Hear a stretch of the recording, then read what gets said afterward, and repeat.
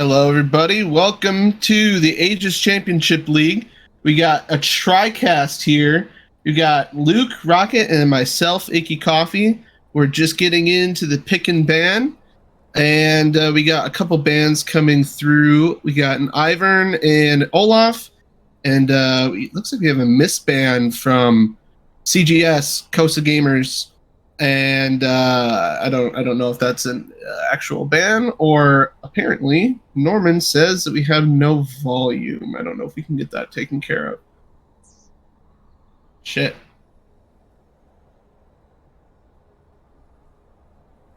It will be interesting to see draft strategy as we get through these early bans. You're looking at the Ivern and the Olaf. Both are very oppressive early game junglers. They're people that get up in your face. They're people that want to do stuff early. Ivern that doesn't have camps. Olaf who clears the camps very, very fast. One of the quickest clears in the game. One of the stronger people. I believe that's the second miss ban. So these might be punish bans. These might not just be missed. There's time reasons. If you're late to the lobby, if you're not ready for stuff, you can lose bans in these links. So I'm going to guess, without knowing the details, that might have been the case with these bans. The Maokai ban. This Cosa Gamers team, they have a top laner that really focuses on playing tanks, playing that Ornn, playing that Maokai. Weak side tank. It's something that Maokai's in a really good spot. Good thing to get off the board. I know Mirage really likes to focus as an aggressive jungler. So the fact that they're taking the Ivern and Olaf doesn't mean that they're not going to play something aggressive. They're just trying to take some of the aggressive counters out there off the table. Wouldn't surprise me if we see Graves. The Graves angle coming out from Mirage.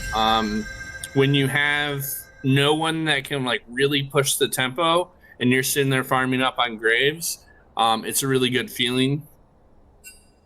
Agreed for sure. And taking that Maokai off the table takes a lot of pressure off of the laners early because his ganks can be so oppressive with that ultimate. That's so much CC that he can lay down. I think Maokai is an excellent ban here. That champion. I know he got nerfed multiple patches ago when he was getting spammed constantly in pro play, but I still think that it's a really impressive pick. So it's a good one to take off the table right away, in my opinion here. So I'm not sure if this is a bug, but it looks like we can't see what CGS is picking. So I don't know. I don't know what that's all about. It could be just this spectator bug for the link, but we have no champions picked so far, and Mirage is the only one with bans. So something is a little goofy here. But anyways. Are we restarting the draft here? Is that what that is? Okay, yep, that makes a bit more sense. All right, so we're restarting the draft. We have the Ivern ban coming out from Mirage, followed by the Olaf. The first two bans for CGS are Teemo and then Nafari, that new champion. I've played against it a little bit in some of my games, and it seems kind of gross, so I think that's an excellent ban. And then Kaisa for the first pick here, I almost guarantee that we're going to see Xayah grabbed. Ashe is a wild response for Kaisa, in my opinion. I think that Xayah is for sure the number one pick that you can kind of grab for yourself in a response to Kaisa, because she does so good at preventing that dive, but they're going with the Ashe instead. And then they're grabbing the Nico for their mid lane pick. So now, to be fair, I will have to point out that could go jungle just as well as it's a mid lane. That's a nice little flex pick that Cosa picks up for themselves there. I also think Cosa is deliberately picking that away. Mirage has practiced and played a lot of it. Even though I haven't seen a bunch of the team games, I know their mid laner has spent a lot of time working on that champion. I think LeBlanc would be a great answer here. And then we have Chad's awesome Kindred. So The Kindred pick takes away a lot of the pick potential that you start seeing, like the Ashe. Nico is trying to get a pick, trying to CC something and kill it. You see a very squishy team, high damage from Mirage, but now they have that security of just get to the Kindred R. Now I want to see here who. Okay, so we have the Lee Sin pick.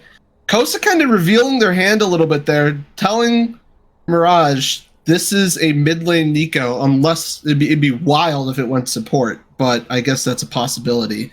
And Kosa's kind of griefing with their bans here a little bit because they're banning the Nyla. You already have the Kaisa picked first pick, and then you have the LeBlanc, so you know that Kaisa's not going mid lane. You know that Kaisa's going ADC. I don't know why on earth you ban the Nyla here. I think that's a little goofy. And the other thing that Kosa's doing here with this ban is that they're missing out on support bans because now Dardoch is going to have a plethora of engaged champs to choose from. He could pick Rel, he could pick Nautilus, he could pick Rakan. There's a lot of good options here for him, and Kosa's just letting that all go through. And then again, another ADC ban. I'm not sure if maybe Mirage's top laner plays LeBlanc, because I've seen that a couple times in pro play so far. Top lane LeBlanc, they might be having a weird read on that. They're taking away the Nautilus here, which I think is fine, but I don't think Ashe Nautilus has a whole lot of synergies lane. You know what I'm saying? I don't think that that's something too crazy. It does bring in a lot of point-click CC. Like, Costa's looking at this. They're keeping it very simple. You have the Nautilus R. You have the Ashe Arrow. You have that Lee Sin to kick the Kindred off or someone off the Kindred R, which is a good answer. And you see Mirage just round out a really good team fighting comp. Oh, so you man. the Sign, the Rel. Beautiful. Yup.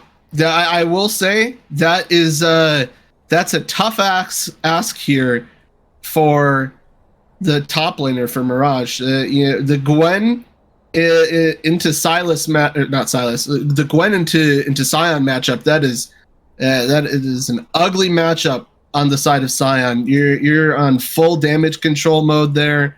You are spending the entire time just trying to pick up farm because you don't have a chance in the world of winning a fight unless you have Kindred there to lay the ult down. I guess would be pretty helpful, but you don't win that 1v1. You definitely don't. But that being said, I do think they kind of pushed Cosa. Cosa's top laner, you look at it, it's a lot of tanks. He wants to play tanks. He knows how to play into tanks by playing tanks at a high level. Gwen is great into tanks. But, his top lane is Cassante. He wants to play a tanky champion. When you put him onto Gwen, you're taking away a little bit of their front line. And also just like ending that with Sion Rel, you were saying like, sure, counter the Sion, but like look at our team fight. And that's something that'll be really important. If Cosa ever sets up an objective, you can just Sion Rel to start it. Like it's okay if they're set up ahead of time. You still have great engage, you have simple executable buttons. It's really hard to pick a Sion, it's really hard to pick a Rel, it's really hard to pick a Kindred.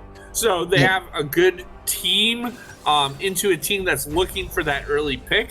But that being said, don't sleep on Costa's team fight. They did draft the full out, if Gwen hits a flank, Nico, Ashe, there's a lot of area effect damage coming from their team. So it's not just pick. It is definitely they're rounded.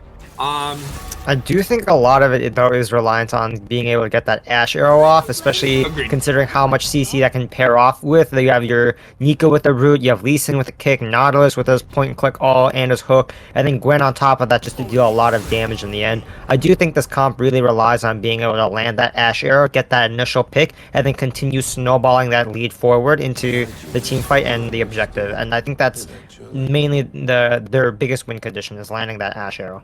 Mm-hmm. And that's kind of my concern for this team comp here from Cosa, because that's like their only go button. I mean, unless you have like Nico hitting a flank or just straight up fooling Mirage and getting a big ult off, you don't really have a go button. I guess unless you get lucky with the Nautilus hook. But even if you hit the Nautilus, even if you hit the Nautilus hook, you don't really have that many targets that you can go for. LeBlanc's just going to dash away. Kindred's just going to dash away. It's kind of like Kai'Sa's your only choice, and I guarantee you Kai'Sa's already planning on taking cleanse this game. So I think that Cosa kind of trolled the draft here a little bit, and I'm still just so confused by those last two bans. Like, why are you banning ADCs when you already know who their ADC is, and you can just take the rel? Like you have first pick in the second round, right? So you ban if you say you want to play Nautilus, that's fine. You don't ban Nautilus, you leave him up, and instead you ban the rel and the Rakan. Then you don't have that same engage option that Kai'Sa likes to have. I guess you could turn to Thresh, but I mean, that's not quite the same level as engage as you want. So I think banning ADCs here when you already know that they already picked their ADC is just, I don't know. I think that the Mirage absolutely gapped them in draft.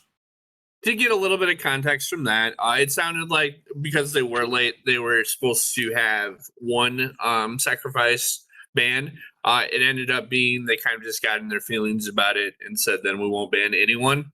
So not only did they troll their first two bans, they're also just trolling their bans at that point in time. They didn't care.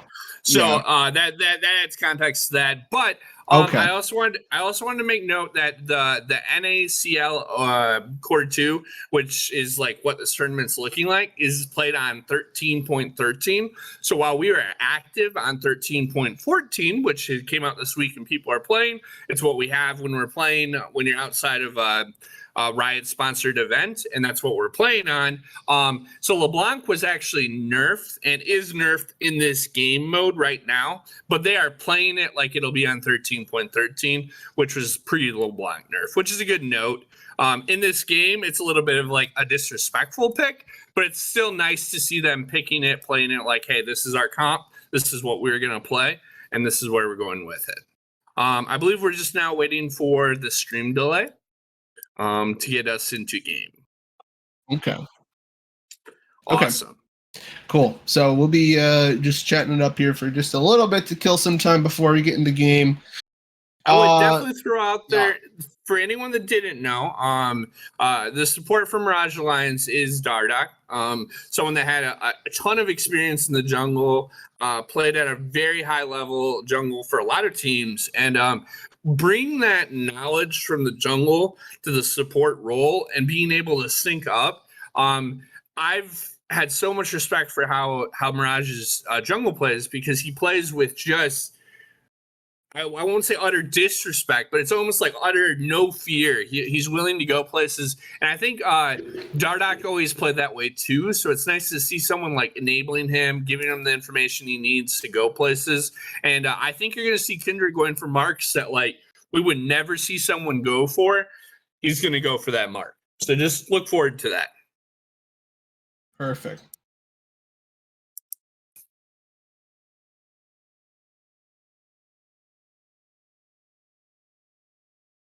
Oh, that's fine.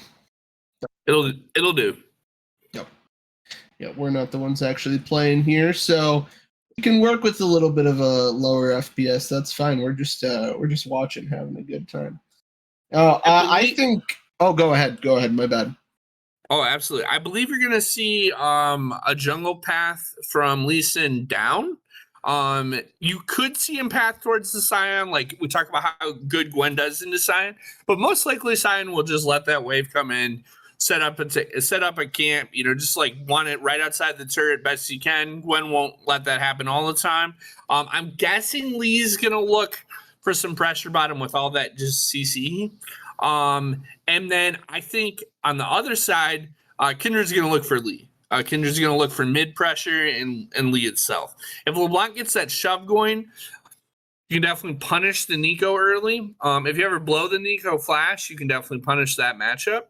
And I know I touched on it in the draft, but you're looking at a team right there that has a lot of point click, simple execution on Costa's side, but I don't know if they're going to have the tools to deal with this beautiful draft by Mirage. Yep. I fully agree.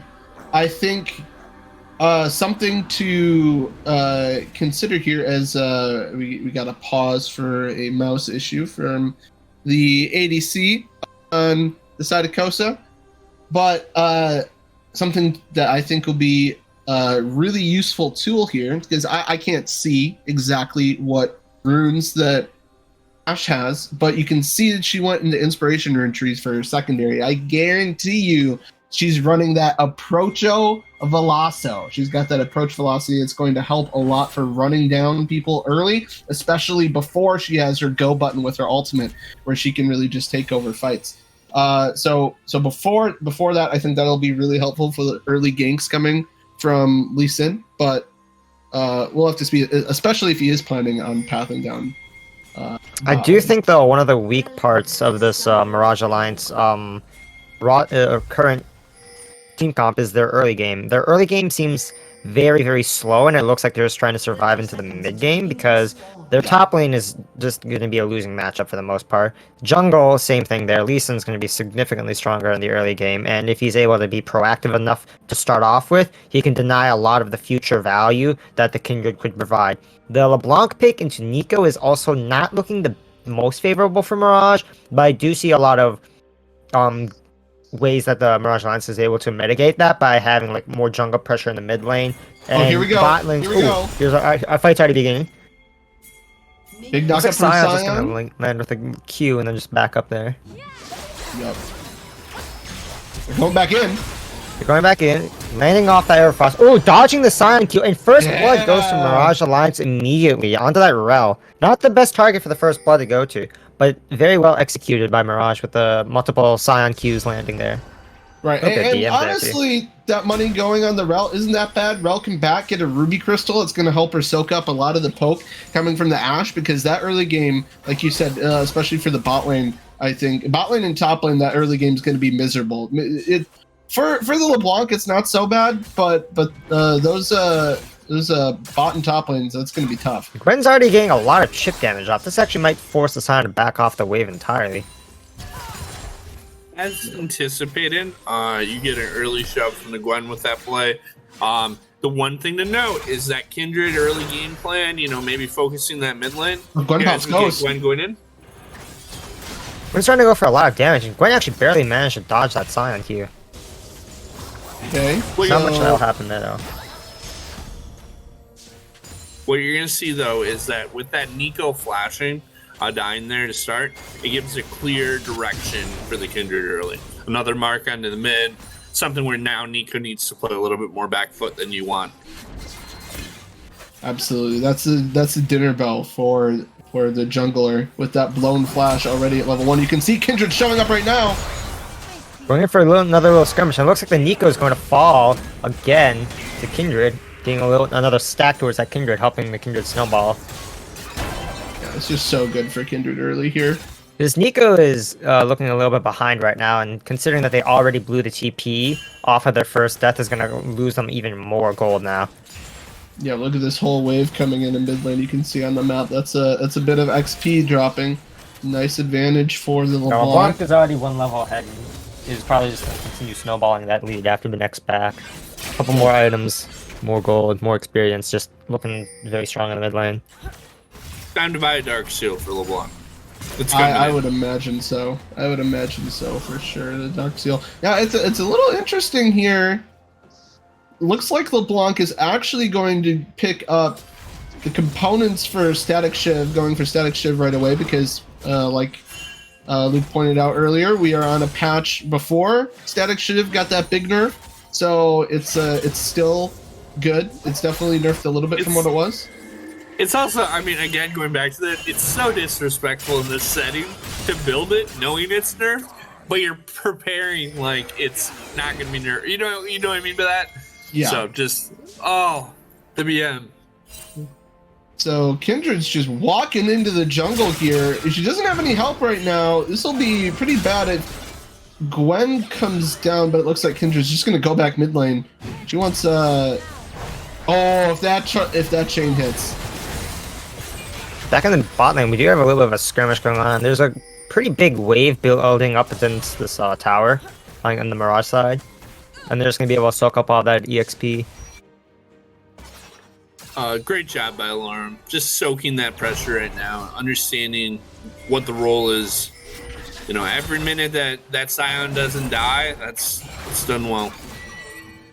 Yep, I agree. Especially losing half of your HP that early into the laning phase and not having to blow your TP yet. That is huge for the side of Mirage. Also, I mean, losing that HP and being up 2 CS with the wave coming towards you, it's beautiful. Can't say enough of what's going on in that right now. Now we'll see here. I wonder if Gwen is going to try to get this wave pushed in and then get a roam off, because there's some plays to be had here as Lee Sin's diving deep into the jungle here unpunished because Kindred isn't there.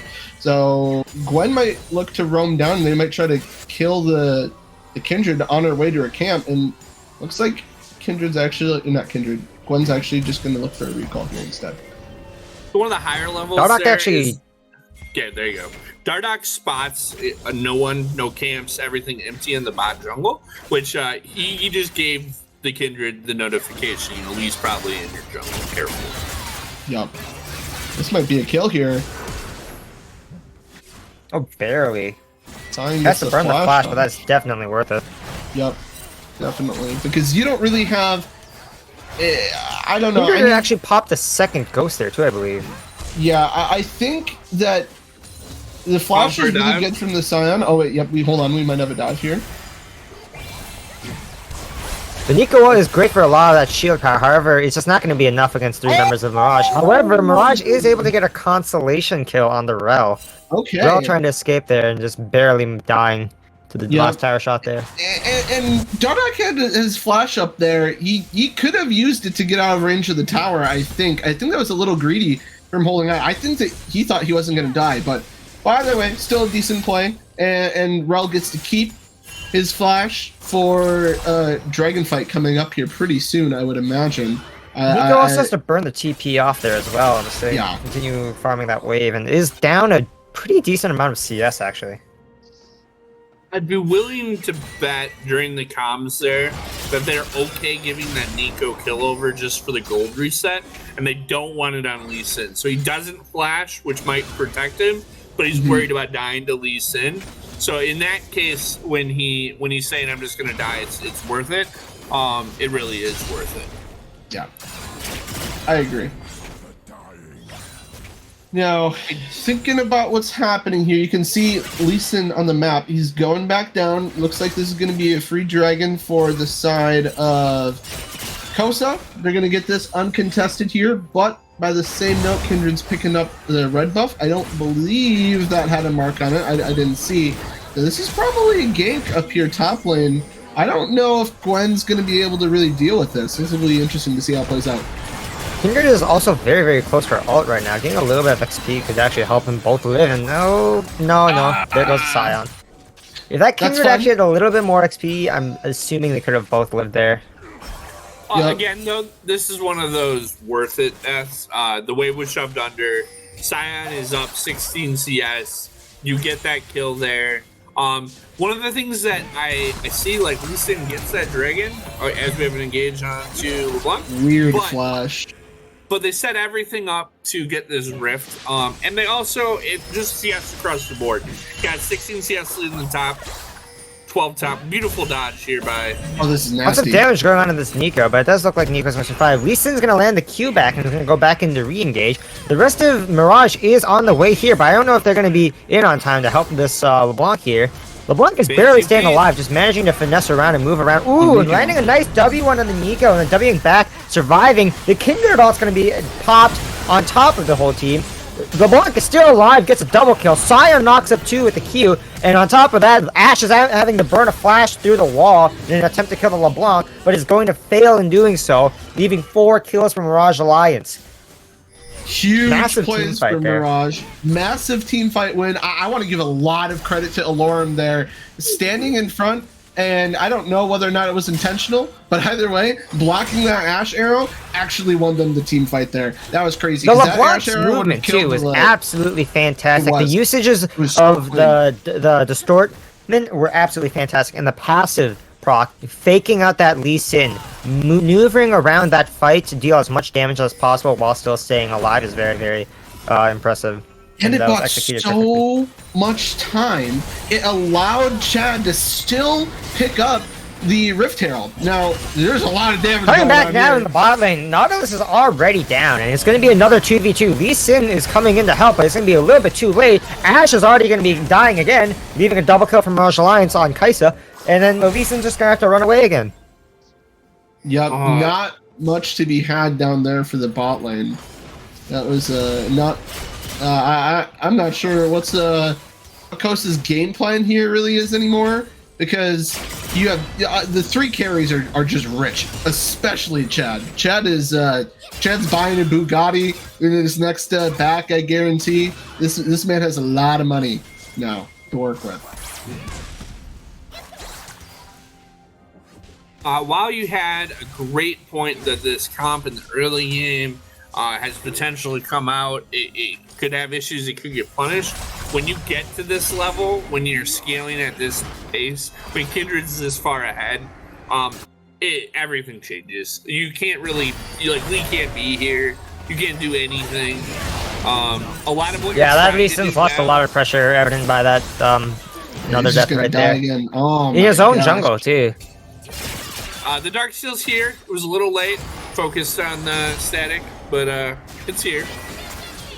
If you're already up by 7k gold at 11 minutes, this is a go next. Like this is just absolute. On top of that, Dardoch is already going on for another engage, and it actually cleanses the arrow right there, giving even more damage. That Kindred is doing so much damage, and on top of that, the bot lane tower and the mid lane tower looks like they're both about to fall. That mid lane tower is gone, and that bot lane tower is not looking much healthier.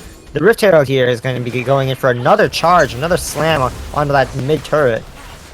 Man, this and the T2 turret is already looking very, very low. This is absolute domination. I love Captain Jack cleanse that he had there. Ashe arrow meant nothing. Going again. And another, that's just a straight up dirty dive under the tower. And that looks like it's going to be the tower as well. You can do that stuff when you have a 9k gold lead at 12 minutes. I can't stress this enough. Just how rich that all the carries are. The Kindred 6-0. Oh, here we go, another fight. Another fight. The TP coming down over here. Sion's gonna be going in for the teleport, and he's here, but it looks like the entire fight's already gonna be over. The Nico is barely too late, and does almost nothing with that ult, and a triple kill going the way of Kaisa. Neo just looking so massive right now. Back in the top side, that Kindred ult keeping Alorum alive. Chad there with a massive Kindred ult, not giving anything away for free. Oh my gosh. I can't get over that. At 12:30, we're going for all 15 plates. Look at them executing mid, bot. We're finishing top turret. It's a murder. Man, that is wow. That is something else. I'll tell you what. LeBlanc does get caught by that arrow. And getting caught by both the arrow and the hook, but managing to stay alive somehow. But then, Lee Sin coming in for that flash just to secure that kill. Meanwhile, it looks like Kaisa's gonna be coming over here trying to help his teammate, and then the two TPs are coming down in that bot side brush. It is a 3v4 in favor of Cosa right now. Massive Sion Q landing on them, and it's not looking good for Mirage using a massive shutdown there by the Kaisa. All right? Well, Cosa has found their carry. Gwen just got a 1k shutdown from the Kaisa. Gwen has to step up. She has not been playing well in the top lane. You need to be spanking the Sion in that matchup, and she hasn't been. But she got and that's another dragon. Huge gold. That's another dragon for Cosa, actually. So Cosa are really looking strong at this dragon advantage right now, and Ocean Drake isn't going to be the greatest Drake to have, but it'll definitely be a welcome addition. Yep. So you still have a while before Baron comes out. but you're gonna have to use a TP flank from the Gwen to win the next team fight. I think that's the only way that Cosa has a shot back in this game. Blanca's actually might just be able to get a solo kill on this Gwen over here. Lee Sin is going to be able to help, but not in time though. And LeBlanc is also going to catch out this Lee Sin in the brush, perhaps. No, Lee Sin is just going to be backing off. A wise decision. So one thing worth noting though is that even with that shutdown, and even with the 2 dragons, it's more just if you're alone, you're in a bad spot. If you're super grouped, which is what they did, they grouped up, they got to pick and someone that was alone, and then they force misnumbered. But they're losing stuff all over the map. Even to make a group play happen right now, they have to force something else. Getting a little bit of lag stream. Yep, our feed has dropped, so we cannot see what's going on anymore. Not sure what's going on. Oh, and okay, all right, we're back. Looks like no one died. Gone. So we are still back. LeBlanc did not have to flash, just W'd and probably W'd hard away. Again, they're going to group up, they're going to try to force the fight, and then you're going to see Mirage's team Look at this flank. It looks like Rebel's just walking into the whole team. It's literally 3v5 immediately off rip. And it looks like, oh, lots of damage being dealt over on the bot side. Kais is still alive in the backline, doing a lot of damage, and oh my god, that massive AoE damage. Chad getting so much value off.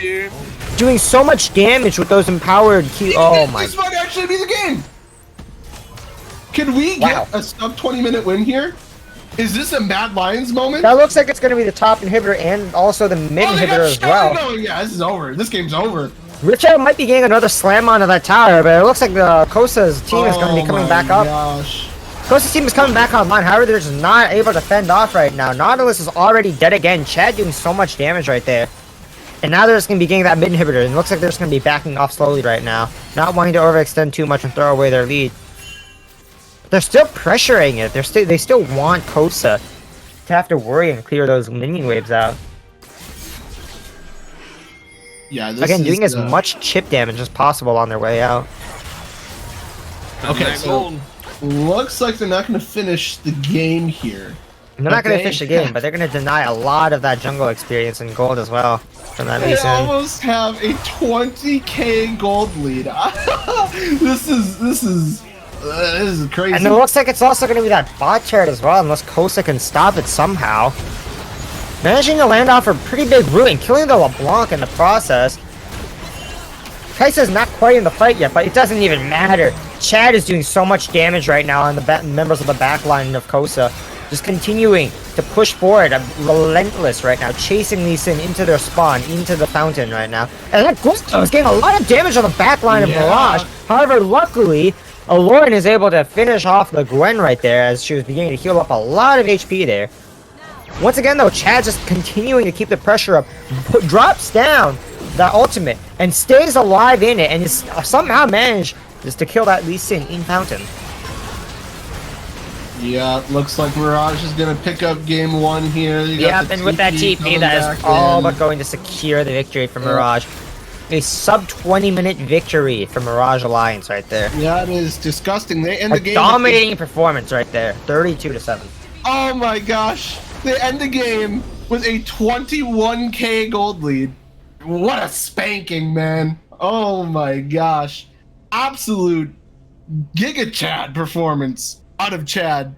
Throwing the team on his back, and not to discredit the other carries, but he popped off. All the carries did very well. And Aloran just soaking up that damage and not letting Gwen get any kind of advantage at all. And then you have 2 other losing lanes from a bad early game. Oh man, that beautifully played from all across the board. With aside from that one weird hiccup that Mirage had in their own right side jungle, aside from that was beautifully played. Well done. Absolutely. I think you go back to the execution on the invade. Rel gets the flash. Once you get the flash down, it's already a bad matchup. Now the Kindred has a they're going to group up. They're going to try to force that. Fight. You have the beautiful team fight by mid. Looks like Rel's just walking into the whole team. It's literally 3v5 immediately off rip. It looks like, lots of damage being dealt over on the spot side. Kais is still alive in the backline, doing a lot of damage. And oh my god, that massive AoE damage. Shad getting... But honestly, the speed of that game, taking all of the plates, taking that lead, taking it to them, beautiful stuff from Mirage. Yes, very, very well executed. Now, looking for adaptations here, I mean, I don't know. I guess there was some kind of, like you were saying, some kind of saltiness going on with the bans, and they just griefed all of their bans away. So we didn't really get to see what their actual draft plan was. Yeah, I think the bigger issue, something that's relevant, I guess. I think the bigger issue that was actually in the early game, because we saw Cosa try to do an invade play into the Mirage's blue side jungle, but they ended up actually losing the Nico to Rel, which already set up the bot lane for a lot of more, additional pressure in the future. And I think that initial first blood going over to Rel was very, very crucial in them being able to find those advantages later on in the game and have those opportunities provided to them. Agreed. And I mean, touching on that, I think you see Mirage is just going to they drafted something that could scale to infinity, and they're just they're going to make a mistake. It's not disrespectful. It's just we're going to draft a little bit more mid to late game, and they're going to make a mistake. We're going to have a clear path to that mid to late game. We're going to escalate this fast. And if you look at the comp, the comp only gets better as the game goes on. I think they'll draft something very similar. I don't see Mirage changing a lot. And honestly, if I was Cosa, I would probably look to just see if you can mentally reset from that. In a BO3, take a break, take a minute, maybe take out a couple pieces that escalated the game. I think if you throw a couple bans at Dardoch, you take something away. That last fight shows you the power of the Rel engage and the power of the Scion Rel. If you take that away, make him play something a little bit harder, make something a little bit less powerful, in a game like that, maybe you can divide and conquer, pick them apart a little bit more. And besides that, again, you got to take weak side top player. Even when he played Gwen, you could tell that Lee Sin hadn't generated a lot of presence by playing with him. They don't play together a lot. Lee Sin plays away from their top laner. He didn't know what to do with a Gwen. Put him back on a take. Let Lee Sin, let their jungler play to what he's good at, which is probably playing towards mid and bot. Let him just be focused on that. Let that top side be again, there was pressure on that Gwen. Gwen really didn't pull it off. Alarm really had the number there. So those are some takeaways. I say just let him play the Ornn, instead of the Gwen there, because Ornn also does percent health damage. He can slap him around a little bit if you need a winning top side. I think Ornn would have been a great adaptation there. One adaptation that I want to throw out right away, I don't want to see these guys pick Ashe ever again. They did absolutely nothing with that Ashe ult except for I think like one play that they had where it actually hit. Aside from that, that was not it.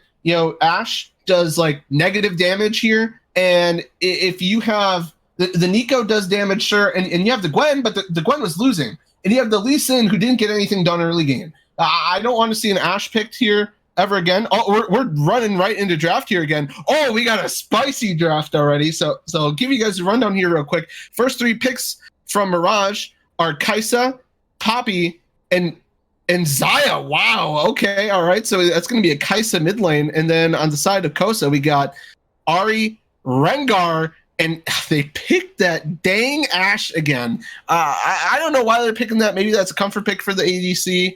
Run through the bands real quick. Same exact bands from Mirage. And then it looks like we have Kindred, LeBlanc, Silas. And then the next set of bands, we got Gwen and Rumble from Mirage, and then Rakan and Rel. Those are the bands that I wanted to see for the support. That's the way to go. But now they can still pick the Nautilus here because they don't have first pick in the second round.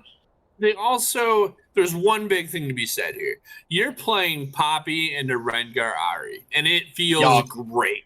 Like, it's just the easy mode. Like, League is just easy. When Rengar goes to ult onto your carry, you just stand by your carry and you press W, and Rengar can't do anything. And it's just, like, very frustrating. You add an Ornn to that, where Ornn's just going to be like, all right. And then Xayah has the peel. Kaisa has the reset ability. Like, Mirage is just smurfing this draft. It's a completely one-sided draft. You do have a little bit of pick potential, sure. I mean, the Ash Arrow into a Charm, the Ash Arrow into a Burst. I see what Costa's trying to do. They're trying to make an easy, executable game plan. The Mord into Mord into Ornn matchup is a very similar, like, you know, it's Gwen shredding the tank, it's Mord shredding the tank. But it's also one of those picks where you're going back to, like, if you ever are the Kaisa, if you ever are the Xayah, you're not going to kill it. And then the Mumu. At that point in time, that's an Mumu Ash bot lane. That's a good bot lane. I like that impressive. bot lane, actually. It's impressive. But again, Poppy can press W, really avoid a lot of what Mumu does. Yep. And then you have and for the 2v2, you have the Xayah, right? She just presses R as soon as she sees the Ashe ult coming. I don't know. Oh, and then you have the Melio to go with the Xayah. I think that's great because you already have 2 tanks. You don't need another one, and you have 2 ADCs. And like Cosa, check your PayPal, because I don't know how Mirage mind controlled Cosa to just let Mirage get Kaisa and Xayah, the 2 cream of the crop ADCs right now in the meta, for free, and just pair it with Emilio. Like that is absolutely disgusting that this is allowed in the game. And then you have the Poppy. Yeah, it's not just the Emilio. You also have the Ornn and the Poppy. Like, if you're an AD carry and you have that front line around you, or like that, you are loving life. You can do whatever you want. Yeah, and this is great. I mean, what can you say? It's a beautiful draft by Mirage. I feel like Cosa, again, they're trying to play something straightforward where they're saying, like, hey, let's get that CC chain. Let's just kill one thing. We'll go from there. But, like, your targets, Melio or Kaisa, you know, like, it's really hard to get a fast pick onto anyone but Melio or Kaisa. If you focus too much on Xayah, Xayah's just going to, you know, avoid that. I will say, I mean, early game, they have great control around objectives. Cosa does. Like, it would be very dangerous to start a dragon into that team. The laners themselves pick some strong lanes. You know, Mord into Ornn is good. Nope. Ahri is really comfortable into a Kaisa lane. Probably heavy favorite Ahri. And then, as much as Poppy is great into their team, it's more like Chad has to play a little bit more patient and defensive. Like, he can go aggro and he can engage with Poppy, but a lot of what you're trying to do with Poppy is more be the reactive. And then on top of that, again, I mean, Ornn's going to be able to give Ornn items to a Xayah and a Kaisa. Like, that's just a great feeling. Yeah.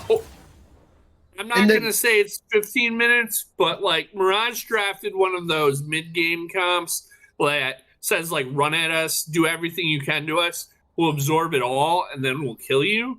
So, yeah, because, like, if you look at the tools, right, that Cosa has here, you got the Ahri Charm, you got the Ashe ult, and you got the Mumu ult, but that's all great, except, hello, you left Melio open. You didn't ban it. You don't have a plan for anything to counter that, right? Because, like, any kind of CC that you try to land on one of the 2 carries, even, it doesn't matter. It's going to get negated. And the same thing, I guarantee you, probably Xayah, and if not the Kaisa might also take cleanse, you know? So it's not like you can even really do anything to get on the carries. You have probably 2 to 3 cleanses for your team.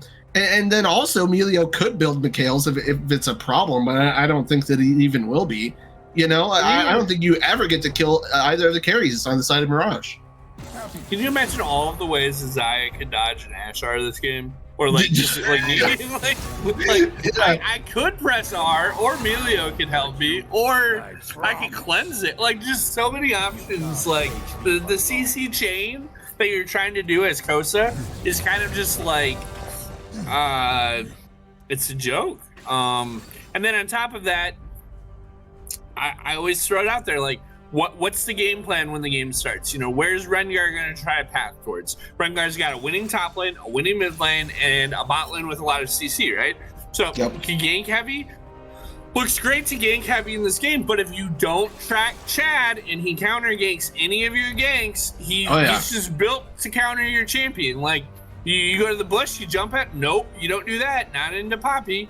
And no, I really love the adaptation here to just be like, it's a little bit of we're better than you. We're playing a protect / peel comp, and what are you gonna do about it? Because if they never engage into this comp, the wave clears better on Mirage's side.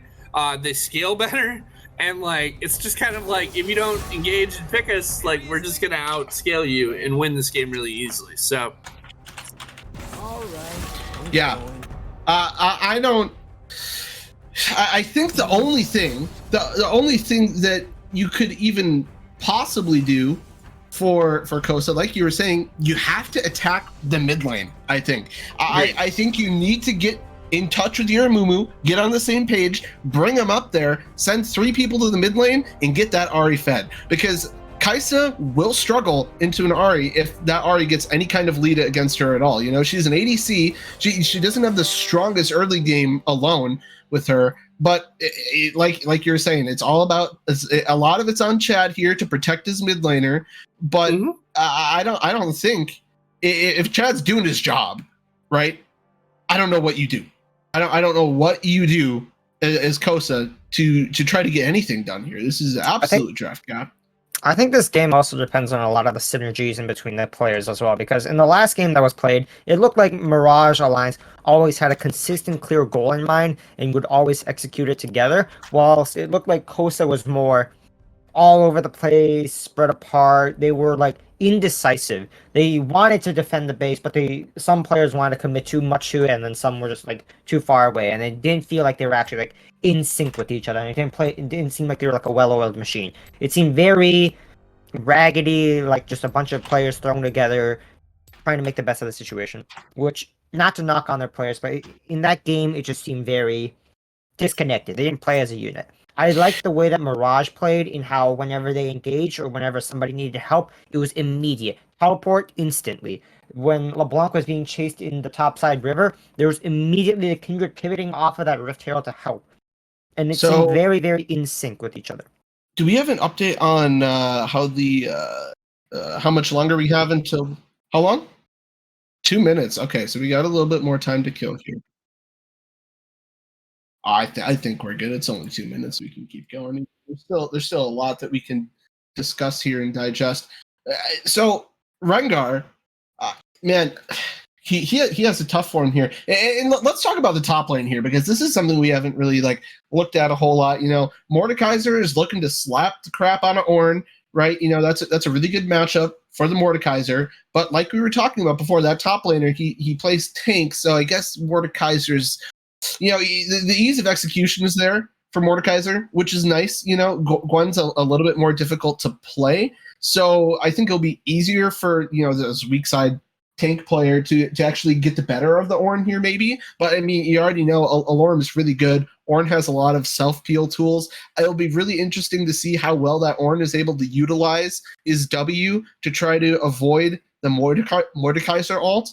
I think that's another thing that you could look to attack, is if Mordekaiser is able to kind of generate a little bit of a lead for himself and get that Ornn low in lane, because you know you're not going to burst down the Ornn is Rengar Mordekaiser, especially when Rengar doesn't really have any other lanes to get fed preemptively before visiting up there.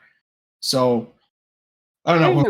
I think it's really well said, but it was just touched on, and it's a really, really good comment about their synergy. And for me, when you have that tank ISO top player, it's a mindset that you get used to. Like, my top laner doesn't need me. I don't play to my top side.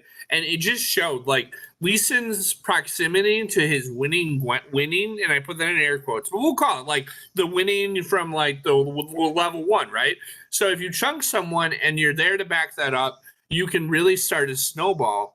But the problem is that you have to invest that time and that resource into that lane. And I just don't see them doing that, even with it. So I view it more as kind of like a baited play by Mirage. Like, Mirage is like, go for it. Try to counter us as hard as we can.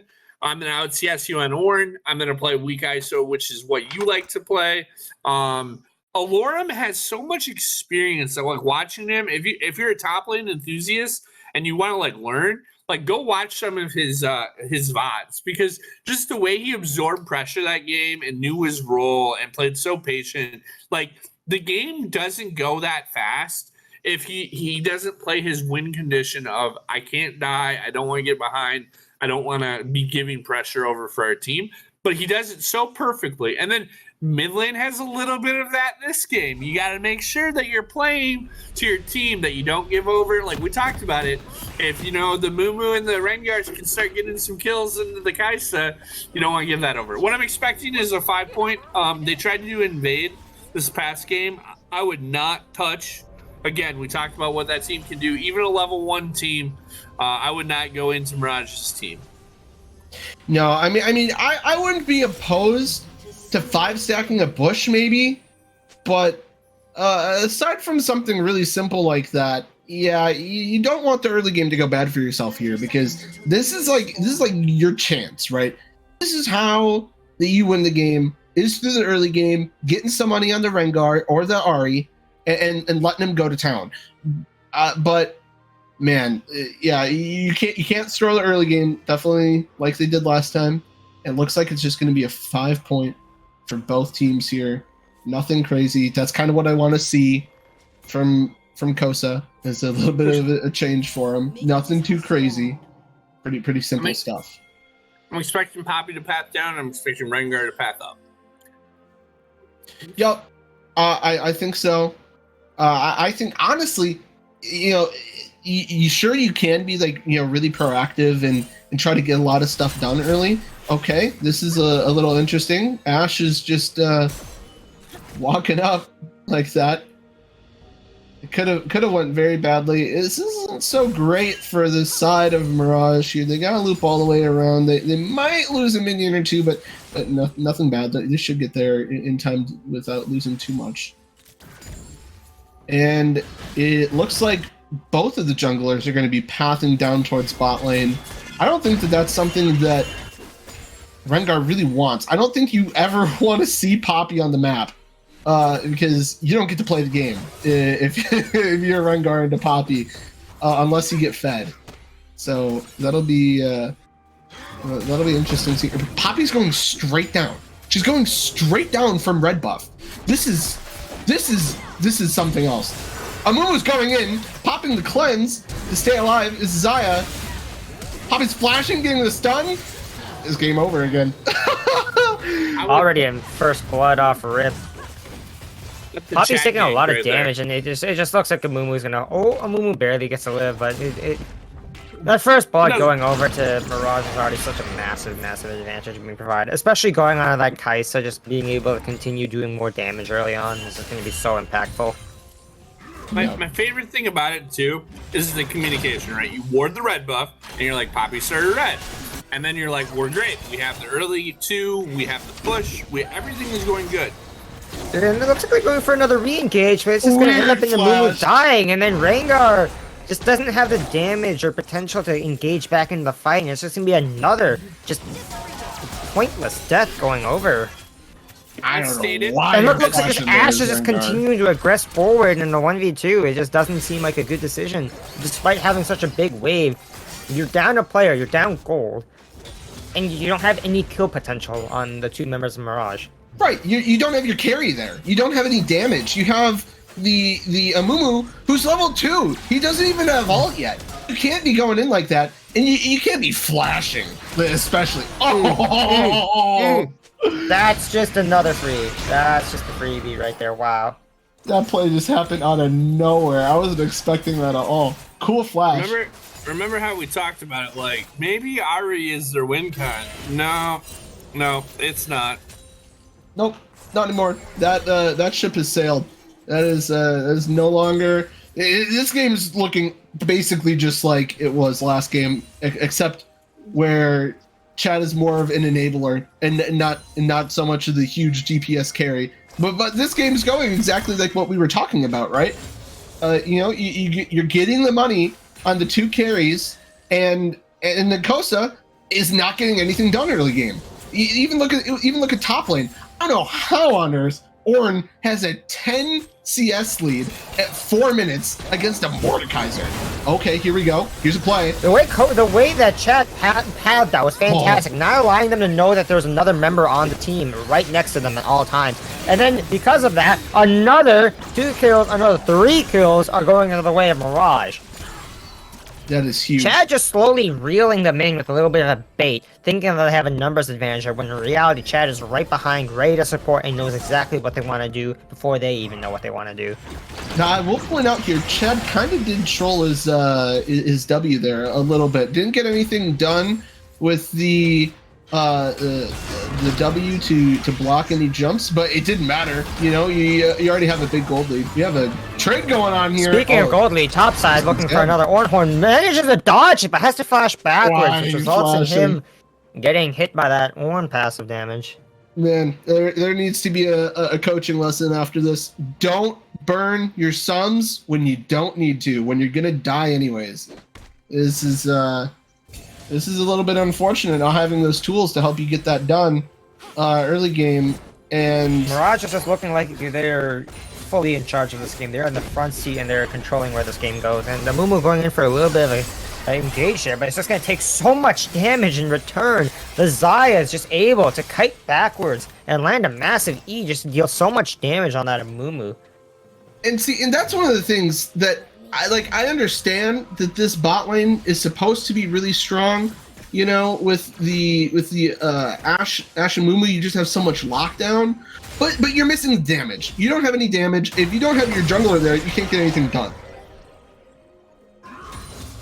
So everyone's kind of going back to the lanes here, getting set up. I expect there to be a fight around Dragon here, possibly because he's just getting out of base, but I don't even know if you want to take the fight here as Cosa for this Dragon. I think your early game advantage that you had from like just this power in your champions is gone.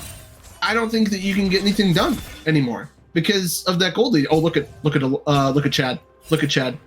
This is dive. He's in prime position for a gank. So no one's taking aggro. 4 members of Mirage downtown, doing a lot of damage. Poppy going in for the flash, lands the W, lands another pound into the wall, stunning off that Ashe. Ashe dies there. Poppy still is alive. 2 members of Cosa going in for the revenge right there. Getting a revenge kill. Ari coming back into that town. Getting that charm, getting another kill off, and the Ari's going off massive right now. Another kill for Ari, it looks like. And right there, a failed dive. 2 for 4.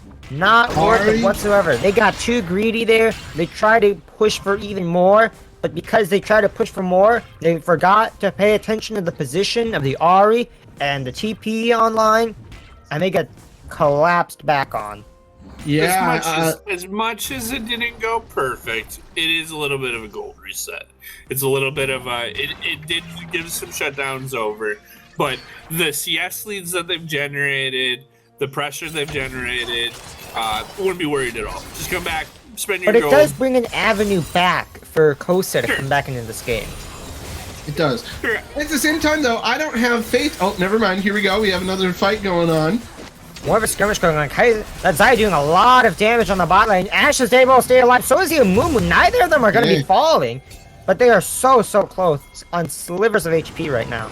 They had to burn everything. They had to burn everything to stay alive there, but they did stay alive. They're not dumping more gold into Xayah's pockets. Big They're definitely losing that plate, but the top side, that Poppy's landing a massive E onto that Mordekaiser up on the wall, and Rengar.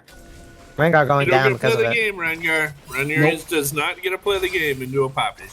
Nope, he does not. And what a great ult from Chad there to get that isolation and separate that team fight so you can just kill the Rengar for free. I don't have faith in Rengar right now to do anything with the gold Ari was able to get for herself. That's your avenue back into the game, but this Rengar is not been attacking mid lane. That's where you have to go, and you're not getting anything Every done. single time this Amumu is going in for the engage, this is resulting in even more damage being dealt on both members of Cosa's bot lane.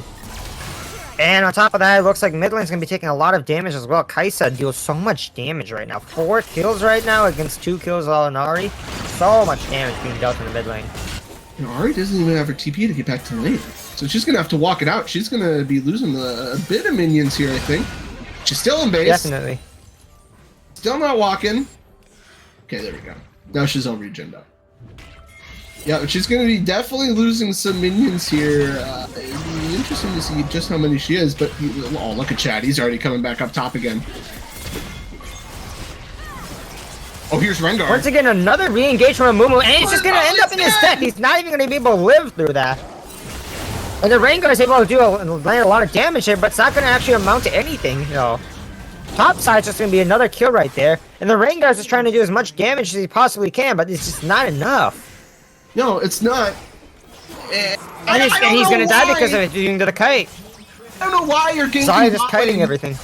Why are you ganking bot lane before Ashe has 6? I don't understand. She doesn't have damage. You're the only damage in that scenario. Neither of your laners have that big spike that they have at level 6, and you're choosing to go bot lane when you should know that you're probably not going to really realistically be able to get anything done there. You need to be pumping more gold into your Ari because that's your avenue back into the game. But you're choosing to go bot lane instead, and you get nothing done. This is like desperation plays right now. It's poor decision making is what it Grasping is, at because straws. you can go top lane, you know, because Ornn was like at half health. Maybe you duke it out and you go up there and you get something done. But there's no vision around mid lane, and you're not using that to your advantage. It is not great decision making from the side of Kosa's jungler. Oh, Amumu.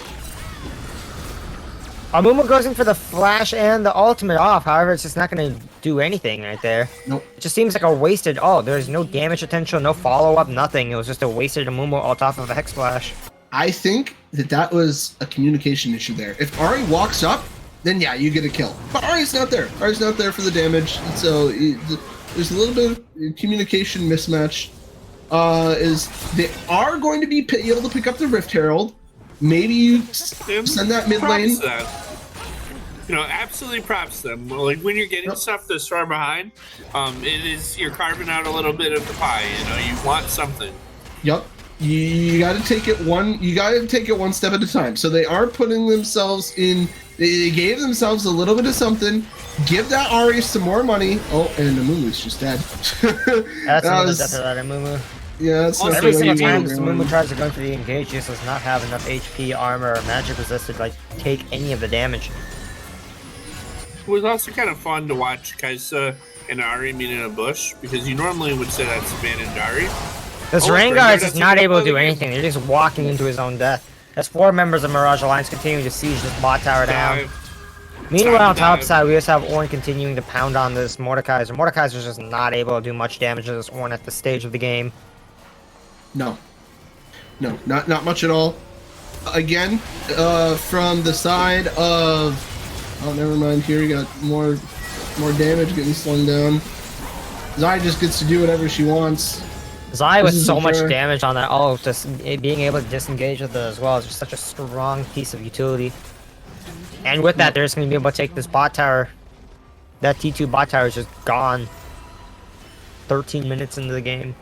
Yeah, if you're the Rengar here, yeah, you can't ever get anything done where Poppy is. If you see Poppy on your screen, you need to go somewhere else because you're not going to get anything done there. So. And as much as I've been harping Poppy, if you watch what Melio does, it's the same thing, if not worse. If not worse. Yep. This is a beautiful game by Dardoch. Just throwing that out there, like Dardoch has been playing a lot of engaged tanks, a lot of that Rel, a lot of that Recon. So seeing Dardoch on something a little bit more, let's peel and let's play for Neo.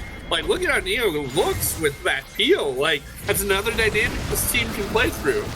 Okay, that's and with that, another Moonwall's going to be landing, but just once again, not enough damage to fall off. But they actually are able to kill the Kaiser without the Poppy just knocking the whole team back. Rengar has to flash away through that wall and is going to be able to live. Mordekaiser trying to re-engage, landing that Eon and just continue to chase with his Q. But the Poppy's just continue to rampage through the team, Wing in and just running down that Ahri.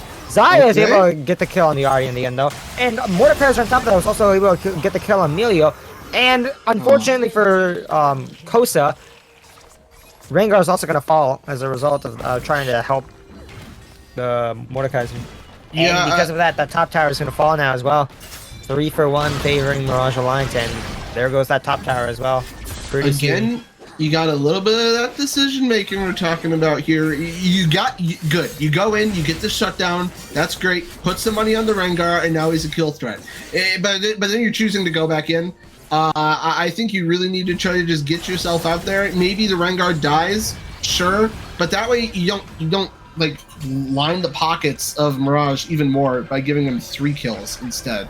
I think it was a little weird to go back in, but he did get the shutdown. Rengar now he might be able to pick someone. He's got his mythic and he's got a Sheen, so it'll be interesting to see what he does here with that money, but. It feels a lot. It feels very similar to last game when Gwendok got that shutdown. Sure, you get the money on someone who can do something, but the rest of the team's so far behind, it doesn't matter. And pretty soon here, and honestly, we're at 15 minutes, so we'll have those Ornn items coming through in a few levels. So your window of opportunity for getting back into this game is shrinking very quickly. You need to get something done, and. You just have the entire team walking into your base, and you're missing a charm on a tank that's standing still. That's that's rough. That's rough. I don't know how you get back into this game here because you can't walk up to the dragon. That is gone, and I guess getting some money for Mord is good. That Orange is going to be able to land some massive damage off of the Ornn. The Asher does come back, and it looks like the Mirage Alliance has overextended a little bit. However, they just have so much damage, and they're just able to play off of each other so well. It doesn't even matter that they're pushed up so far. They're just able to soak up all this damage. And Zaya landing so much damage off with that Alt and E combo. Oh, still alive, getting another kill, staying alive in the fight still, dealing so much damage. And the last remaining player, Ash, gone, being eviscerated by that Poppy. And it looks like that's going to be that mid. Can they actually win here? No, I don't think they can win here. However, they're definitely going to be able to grab that mid turret and that mid inhibitor as well. Yeah, I think the play here is you grab both of those. Then you grab your dragon decks. Dragon's up right now. Otherwise, you grab the drag. Yep. Yeah, you look like you're pushing into their base, and normally I'd say perfect, go Baron. We're not even at 17 minutes yet. You know? No, Baron's not even up right now. Okay, so it looks like they just want to get back.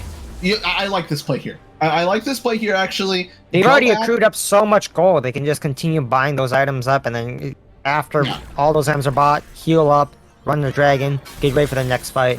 Right. That last fight should not have gone the way of Mirage Alliance, but the members of the team do so much damage. Zaya landed a 3 or 2-man ultimate, pulling them all those feathers back with a root, crippling the members of Cosa, chunking off half of their health with 1 ability press.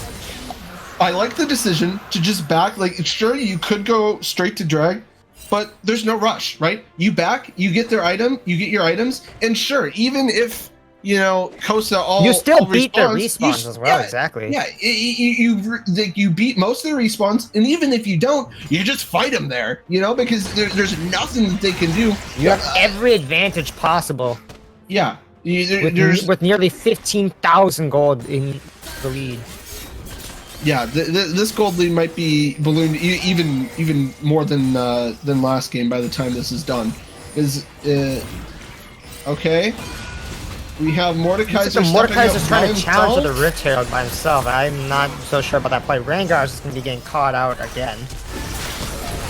3v2 and landing a pretty big Mumu ultimate. However, the Xayah just ulting back and just dealing so much damage in return.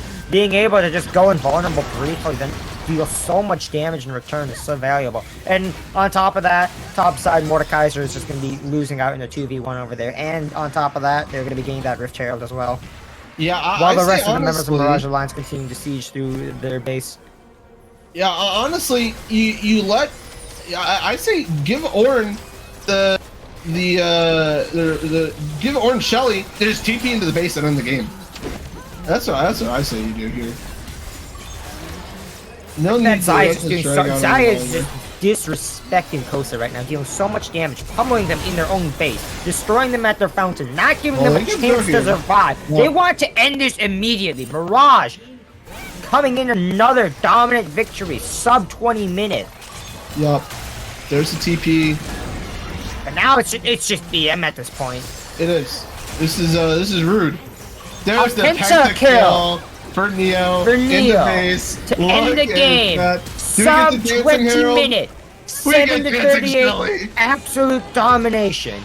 Again, just shy of another 20k gold lead. Wow. Man, what a performance. Mirage's roster stacked. You got friggin' Neo and Dardoch, Alorum. Chad is looking great. And then the mid laner name is Sudsy. That's right. Sudsy looking great also as well on the Kaisa and the LeBlanc with the disrespectful build making up Static Shiv both times, but it doesn't even matter. What a great performance from Mirage today. They're looking very, very strong. This one was pretty brutal. Not gonna lie. Yeah, I mean, their execution is beautiful. It's them coming out, taking it seriously, executing the game plan, and just doing it in great fashion. Almost disrespectful fashion. That's a spectacular way to end the game as well. The Neo Xayah doing so much damage here, just being able to pummel everyone who gets in their way. Mirage just trying to get an absolute dominating victory near the end there, getting a pentakill for your ADC, ending it off like that, just running their whole team down, running into their fountain, getting every single last drop of blood, gold, and experience possible, just to end the game in a dominating fashion once again. And very well played by Mirage Alliance. I'm not sure if we touched on this. I just want to reiterate here. Xayah was 23-1, almost full build at 19 minutes. You know, that is, I guess not quite almost full build. But 3.5 items at 19 minutes. That is lots of props. Also has to be given over to Dardoch as well, with a lot of the being a big piece of the puzzle right there, to being able to help funnel all of the resources necessary into building up your ADC and making sure they're as strong as possible in those team fights and making sure that they stay alive, do as much damage as possible. That Xayah only died one time in that whole game.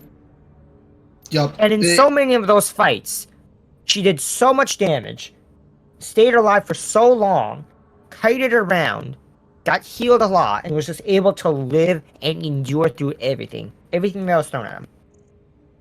Well, that was very well played here from the side of Mirage here. Any other inputs before we hang it up here? I think we've broken everything down. There's not a whole lot more to talk about there. It's just very, very well played.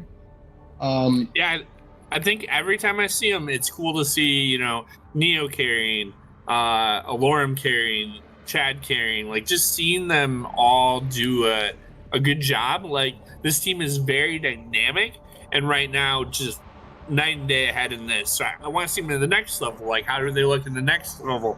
What does it look like? And I'm excited to see that. Yeah. Well, I suppose that'll probably wrap it up here for us. We will be back later on for the next round of the draft, because next round of the Aegis Championship League. I think that's going to put us right into playoffs, and that's going to have Mirage's record be 5-1. So that's going to put them at second in their conference, and they will be moving on and having a very nice spot as they move on. It looks like they'll be playing most likely Primal Instinct or CB Gaming. Depends on the outcome of those. But with that being said, I think that's all that we have here. Thanks for watching, everyone, and we will see you for the next set of games.